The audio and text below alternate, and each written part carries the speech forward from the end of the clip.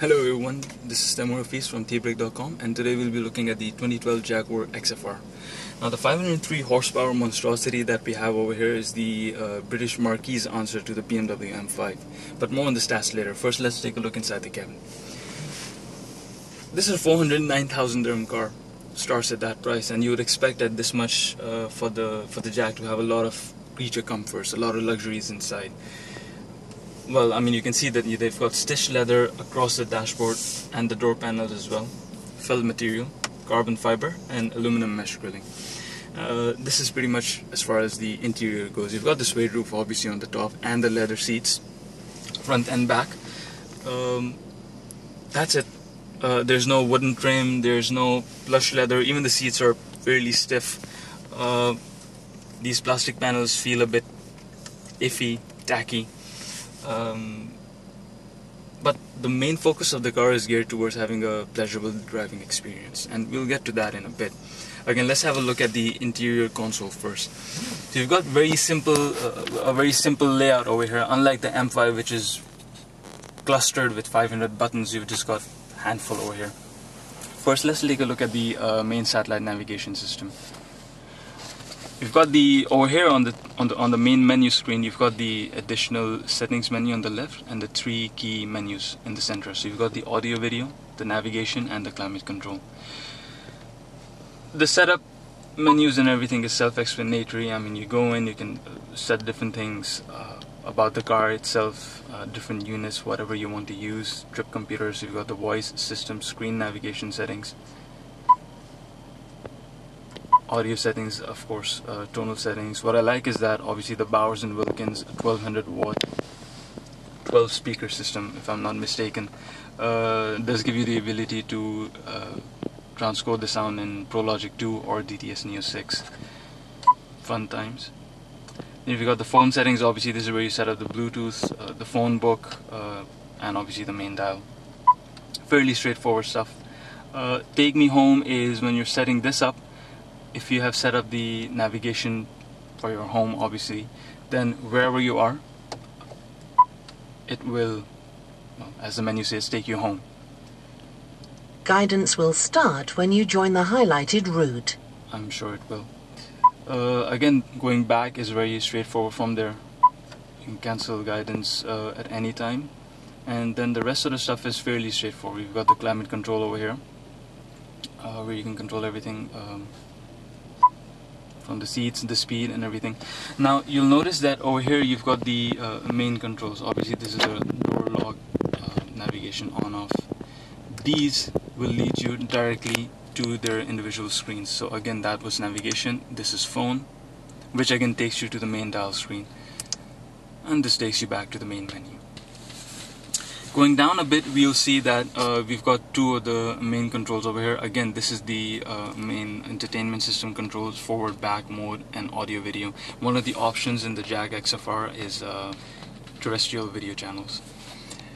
Then obviously the climate control, dual climate control for the left and the right side, and then standard mirror controls. Now going down a bit, we see the start and stop button over here. This is the gear knob. We got the parking, reverse, and the sports mode obviously.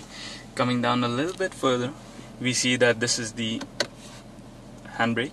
Now these are the interesting buttons because this is where fun can be unleashed in the XFR.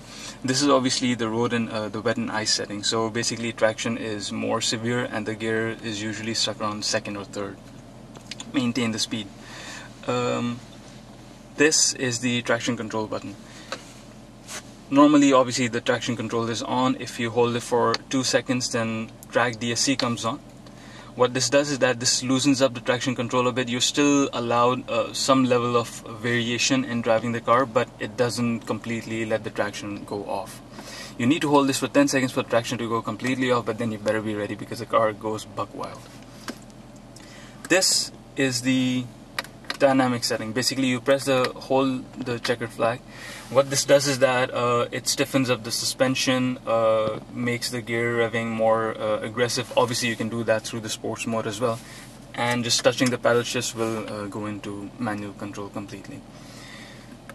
For everyday usage this button is fine, but it's on the track days when you'll really find, you know, that this where it allows you to completely unleash the potential of the XFR. The ASL settings is not the ICQ questions. This basically is setting up the speed limits. So what it does is that during downhill slopes, speed is limited to 15 or 20 kilometers an hour, depending on whatever you set it at, between different settings, and you can hold it to turn it on secondary level and then turn it off again. Very helpful during again downward climbs, or going down rather. The steering wheel, if you can come up to this a bit, you've got very simple controls. Again, the idea is that the driving experience is the key focus over here. So you've got the cruise control setup, resume and cancel. Seeing on the left side, we have the volume control as well as the forward and backwards button. Switching the mode will literally switch between the different entertainment sources. If you've got the Bluetooth audio that's coming from the iPhone or whatever Android phone you have, the radio, and obviously the TV if you have that option available, and that will affect on the main navigation. This is the voice control setting, fairly competent. You'll see at the back you've got the paddle shifts and the rest of the knobs. And that's pretty much it for the interior. If you will have a look at the back side, you'll notice that the cabin space is quite a lot, but the legroom isn't enough for a very comfortable long ride. Again, the idea, the focus of the XFR is for the driving pleasure. So the driver just has to deal with a couple of buttons, a couple of settings. The main focus is obviously over here.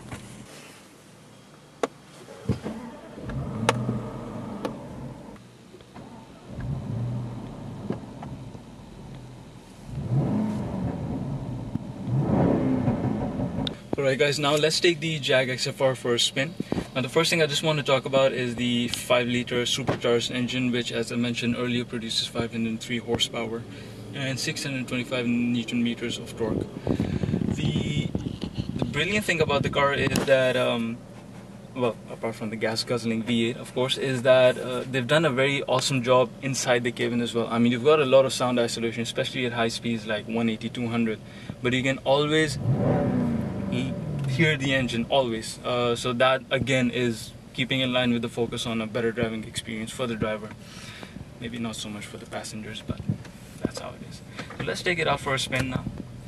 And one of the best things about the XFR is just how easy it is to just get very fast, and I just kind of love this feeling.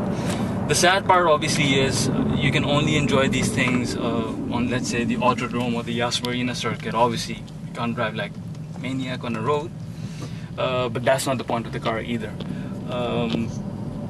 On the highways, again, obviously the car is too powerful. Jumping from 100 to 160 is absurdly easy. You won't even feel it, which is obviously not such a good thing, because then you won't even feel the flash coming in from behind you, and next month you've got a big bill.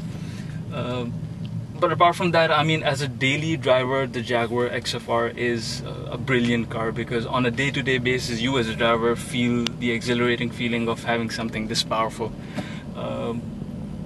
Looks really good outside as well, and the fact that you can carry around the whole family around as well, it's an added bonus. So all in all, this is a car that you really have to drive to feel the power inside and how exciting it feels. And at the end of the day, no matter who I ask, 409,000 for something like this, which is not luxurious but so much fun to drive, totally worth it. So yeah, full 5 out of 5 stars for the Jag XFR, and editor's choice recommended. See you next time.